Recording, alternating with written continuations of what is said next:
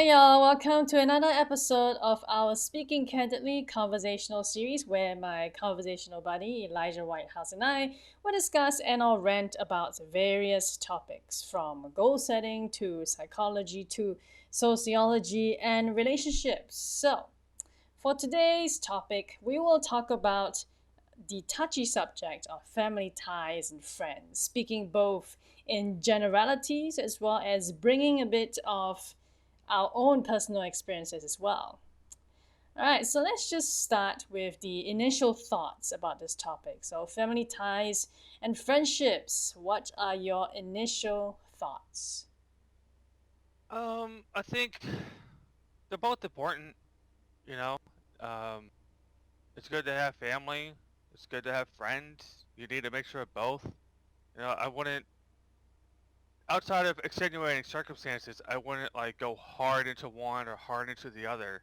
It's nice to try to have a balance of each, but my personal experience is, unfortunately, I had to cast away my family, so because of stuff that happened, and I kind of stick with friends, and that's me. Right. So, I guess for me, my initial thoughts about, well, I would say ultimately it depends on whether you derive any kind of pleasure or benefit from those connections. You see, I would look at it objectively and say that, okay, so I'm going to assess each connection or relationship and see if there's any so called pleasure points or utility from it. From what I recalled when I studied psychology some time ago, the reason why we form attachments to people, whether it's acquaintanceship, friendship, dating, relationships, family, whatever, it's because we derive some kind of either A, pleasure, B, utility, or C, both. We don't deliberately seek out connections that are harmful to ourselves. That's just human nature. I mean, of course, there will be, as you mentioned, extenuating circumstances where that may be the case, where people may deliberately seek those out because they are familiar with that. But that aside, that's my initial thoughts is to assess Yeah. each of them objectively and based on what they can provide you in terms of That, advantages. that's fair. Cool. Well, I guess with that really quick intro, I wonder what constitutes as a bond, between a family versus friend. I mean, obviously, besides genetics and biological relations, and whether society subconsciously define that bond for us, or do we have more control over that than we think? I think that it's a mixture of both, because a society is formed from families and people coming together and forming a bond of mutual um, benefit to survive, right? Um, Familial bond is just that's who you're born with, that's who you're raised with, that's you're raised to like, hey, this is your mom, this is your dad. But even if it's, but at the same token, like, what if you're like adopted at a very young age, Right. I think and for me, the difference, aside from the obvious reasons and as well as what you mentioned, is also you get to choose your friends, yes, right? You can't choose your familial bonds. Those are kind of forced upon you in some sense. I know it sounds negative, but it is true. Everyone is forced upon whatever family that they have, regardless of whether they are compatible or not.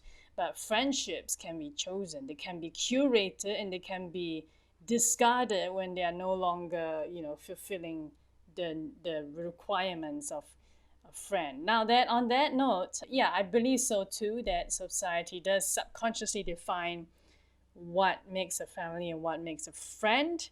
And yes, because we as humans like to blend in and not stick out like a sore thumb in a negative way, we tend to subconsciously prescribe to the societal standards about what makes a family and what makes a friend.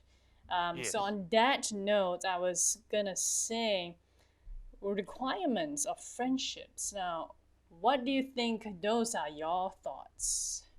Um, just people you get along with, you have stuff in common with, Right. you could relate to. they just bring something different, and they have their own life and experience, or whatever. But it's just someone you can relate to outside of family. It's someone you get along with. Right, I agree with that. And also, there's another psychological study where, especially when it comes to friends of the opposite sex, that to me, when I looked into that, it was interesting that people choose friends whom they deem as attractive. And I wouldn't be surprised. So that means, and we're talking about like actual real friends, not the fake Facebook friends where you can just send a friend request to some random stranger. But yeah, there was a research study showing that, especially when it comes to opposite gender friends, like we choose friends who we somewhat find physically attractive. Not necessarily that you want to bang that person, Right. but you like some kind of either a character trait or a physical aspect. Usually, it's a physical aspect for male, Hmm. and well, it could be for females too. And I guess we're gonna talk about that in a different episode about dating and stuff. But I guess for males, when they choose female friends, it's mainly because firstly they think that they look cute or they look pretty. That's why. Sure. But anyway, that being said, let's see, requirements of a friend. Now, this is interesting because from my personal experiences, I would say, and again, I have very strict, high standards of who I would call a friend. So, because of my high standards, I would say that I have no friends. And I'm proud to say that because I would not necessarily randomly just classify anyone as a friend. They have to Mm. prove themselves to me. So you might say that yes, there will be people who have similarities. You can choose your friends and you relate to them better, whatever, etc. In terms of hobbies and connections and relationships. For me, a friend is someone that would actually be there when you need them the most. For example, if you needed someone to, let's say, be a shoulder to cry on, that friend is not a fair weather friend who will just disappear when you need them and only come Yeah. in. Yeah, so that to me is one of the requirements of friendship, and hence, I don't have any. But anyway, yeah. All right, so with that being said, let's dive a little bit deeper into this topic of family ties and friends. We're going to talk about human connection and bonds from a psychological standpoint. I'll start. So, since I like talking about psychology, I would say that humans naturally are social creatures. Is probably the minority 1% or even less that are asocial and don't like to actually form that kind of connections. But naturally, most animals in the animal kingdom as well are social, communal people, communal creatures.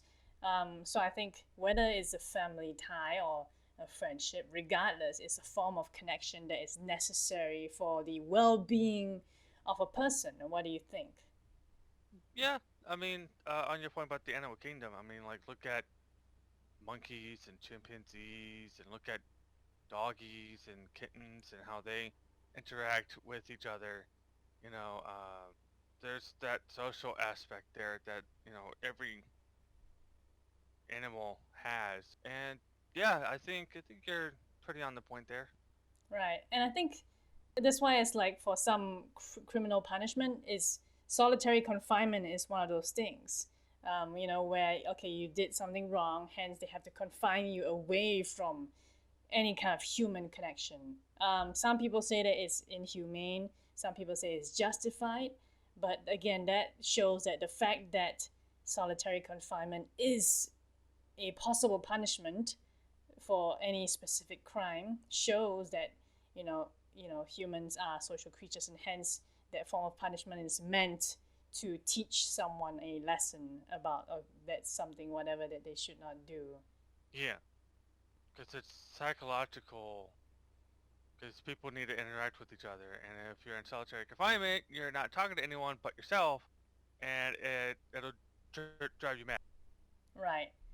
Now let's talk about the minority. So there's always going to be that weirdo or the outcast in a positive or negative, neutral way actually, that does not prescribe to the notion of needing necessarily or seeking out social communion or human connection.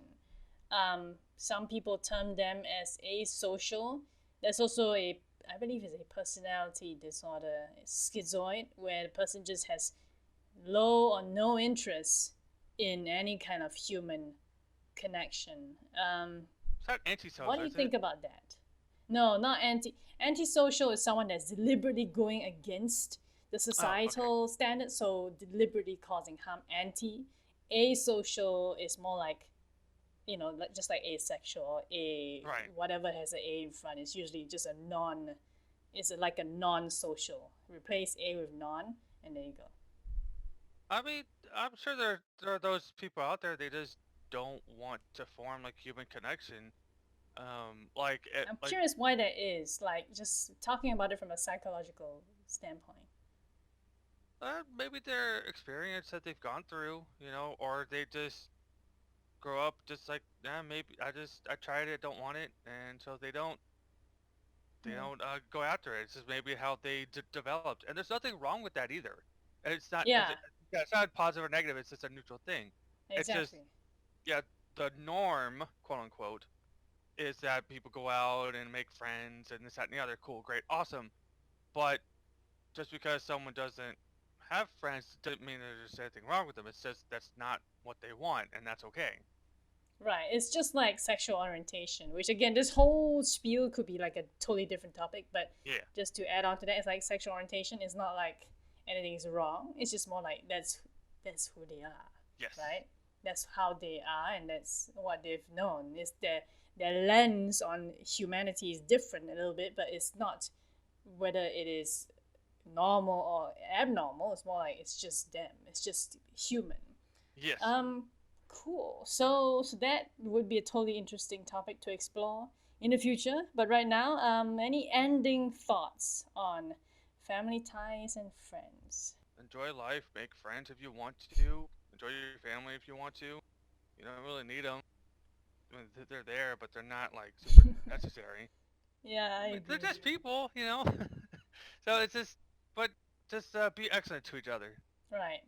Yeah. So I totally agree, and I think for me, it's just like you have to be curating your connections regardless of whether they are family member or friend or stranger or employer. You have to curate them, and that's just me.